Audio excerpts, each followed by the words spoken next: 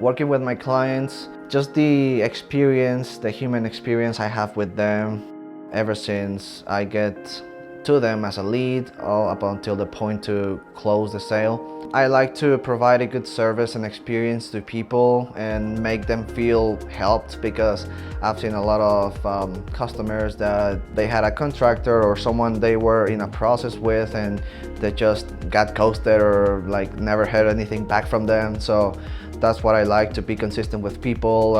I've been thinking about joining real estate since I moved to the States in 2015.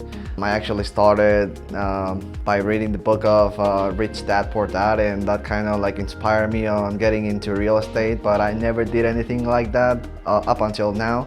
My ethnicity is Mexican. I was actually raised up in Mexico. I would say that I'm someone that's passionate about my culture, and that's a great opportunity because there's a lot of Hispanic people that may not speak English and they may need someone to help them in their real estate transactions, and that's something that really makes me excited. What I like about the Easy Referral Network is that they are really organized and they have really good marketing programs.